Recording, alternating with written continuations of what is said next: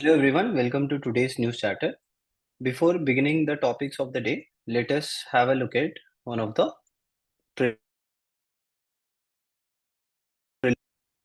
on Tea Board of India because today there was a news about the Tea Board of India and the problems faced by the tea industry. In such cases, from prelims point of view, you need to know which association is running this. Is there any statutory body? Is there any constitutional body related to it? So such things becomes very important. So about the Tea Board of India, three statements are provided. Have a look at it. And what have they asked? They have asked which among the above three questions are correct. Four options are provided. The first statement, the Tea Board of India was created by the Tea Act, which is actually correct. It is a statutory body. You should be knowing about it because tea is one of the basic agricultural good of India, and we export a lot of tea also. In that case, we need to know that there is a organization called Tea Board of India, and which is created by an act. So the first statement is correct. Second one, the Tea Board of India works under Ministry of Commerce. Absolutely. See, it is very simple. Even without knowing the answer, you can guess it because India is a major exporter of tea. So if it is an exporter of tea, the board which manages it will come under Ministry of Commerce. Absolutely, that is a right statement. Third one, it promotes the export of tea outside India but not inside the country. Generally, such statements are always wrong. When they give two things, two functions, and they tell this body does this but not the other function. So in such cases, usually it is wrong, not always. So it is a general statement which I'm providing here. Usually such statements are wrong. If it is promoting the export of tea outside India, why not inside India? It, of course, promotes the export of tea inside India also. So the third statement is wrong, and the first and second statement is correct. What exactly is warm vaccine? From science and technology, such statement-based questions will be coming. Especially the terms are very important. You need to know about it. So, what exactly is warm vaccine? Usually, even in videos, you would have noticed that whenever they carry vaccine, they carry it in a ice box, which is below 0 degrees Celsius, very cold, because the vaccines will become unstable if they are crossing that particular temperature limit. But recently, warm vaccines have been discovered, especially those vaccines related to SARS-CoV-2. So, heat tolerant vaccine was developed by which organization?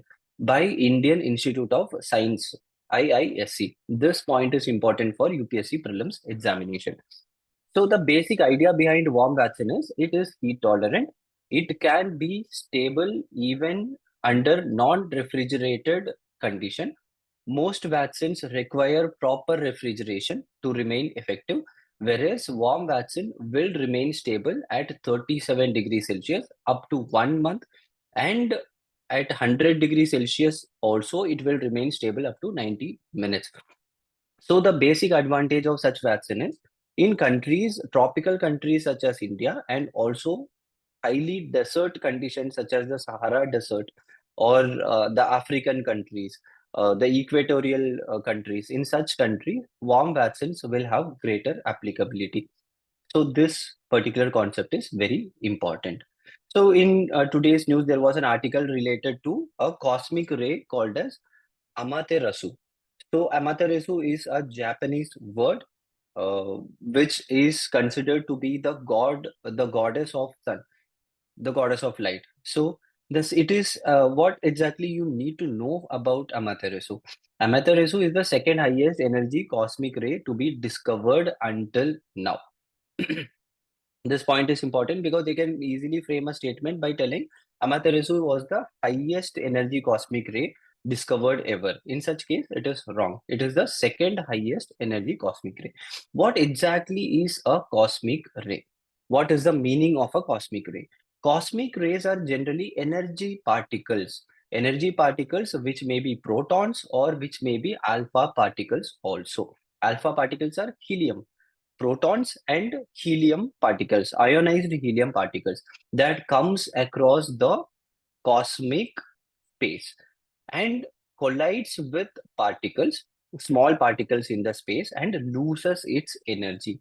So whenever we detect a cosmic ray in Earth, usually such cosmic rays have very low energy, very low intensity. The reason is very simple. It is because they are traveling a very far distance, and in their path of travel, they come across several particles, they collide on those particles and they lose energy. This is why when we receive such cosmic particles, their intensity and energy level is very less. This is a very important point. So the significant point about Amaterasu is that it has come from a particular direction, but we are not able to identify the source of this ray. So when a ray of particle is coming out, it should be coming out from a particular place. It should be coming out from a particular object. But the most confusing point about Amaterasu is that we are not able to identify from where it originated. A lot of people tell that it has originated from nowhere, but that cannot be true. Everything will have a particular source. So the explanation for this is it might have originated from somewhere, but it could have got collided with some magnetic field due to which the direction of the ray might have got diverted and it has come through into the space of Earth. So these points should be known. Two types of cosmic rays are there. One is galactic cosmic ray, second one solar cosmic ray. What is a galactic cosmic ray? Any cosmic ray that emerge outside the solar system is called galactic cosmic ray. And what is a solar cosmic ray? High energy particles emitted by sun are called as solar cosmic ray. So basic points you need to know. Do not get into the depth. Just a basic idea, basic definition should be known for examination. That's all. Vikalp Sangam. This topic is important from mains examination point of view, especially ethics and GS2, that is governance. Recently, what happened? Because in 2024, the general election is going to come, 85 people's movement and civil society organizations released a manifesto called as People's Manifesto. So the basic idea behind this manifesto is they completely reject the present mode of development. What is the present mode of development? We give importance to economic growth, we give importance to GDP, industrial development, etc. But these organizations say such mode of development is not good, it is not stable, it is not sustainable. We have to focus more on economy which is more inclusive in nature, more sustainable in nature, includes more environmental perspective in the development. Sorry. So these are all the points which we need to know. So it promotes direct participation in decision making. So according to Vikalp Sangam, people should be directly participating in development. That is very, very important. So they say whenever people are participating directly in the development process, the development is much better. So these points you can use in your GS4 and GS2 also. Mains pointers, when we talk about judiciary, because in GS2, judiciary is a very important topic. We need to know about it. The problems faced by judiciary should be well known. So there is a accessibility gap in court, which was a recent survey tells that among the entire district court complexes in our country, more than half of the court complexes do not have ramp. Ramp is very important for accessibility of disabled people. The government has already told that we will try to include accessibility in all the government buildings. Courts are one of the most important government buildings, most important public building which should be accessible, but at present it is not there. Only 30.4% of court complexes have disabled friendly toilets. Is this a problem of the judiciary or is it the problem of the government? Obviously, the government has to maintain the court complexes. It is for the government to make such buildings inclusive in nature. So it is for the governments to take care of it. Main question of the day, explain the reasons behind the heavy formation of fog during winters. especially in Indo-Gangetic plains? Very simple question. It is a 10-mark question. All you need to do is write an introduction. What exactly is fog? That's it. Give a basic definition. That would be enough. And then write the reasons. It is always better if you're able to provide a diagram, a diagrammatic representation showing what are all the conditions required for formation of fog in the Indo-Gangetic plains. Why it happens there, not all over the country.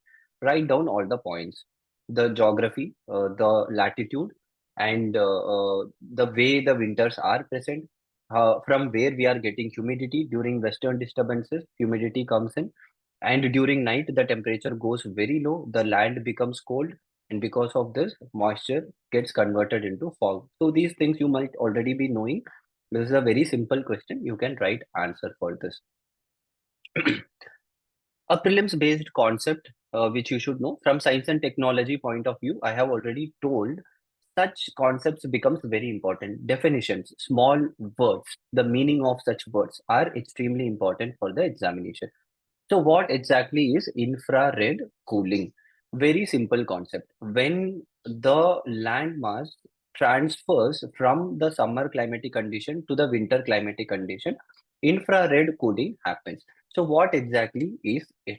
During the summertime, what happens is the ground absorbs extreme amount of radiation from the sun. So the ground will be usually warmer during summer.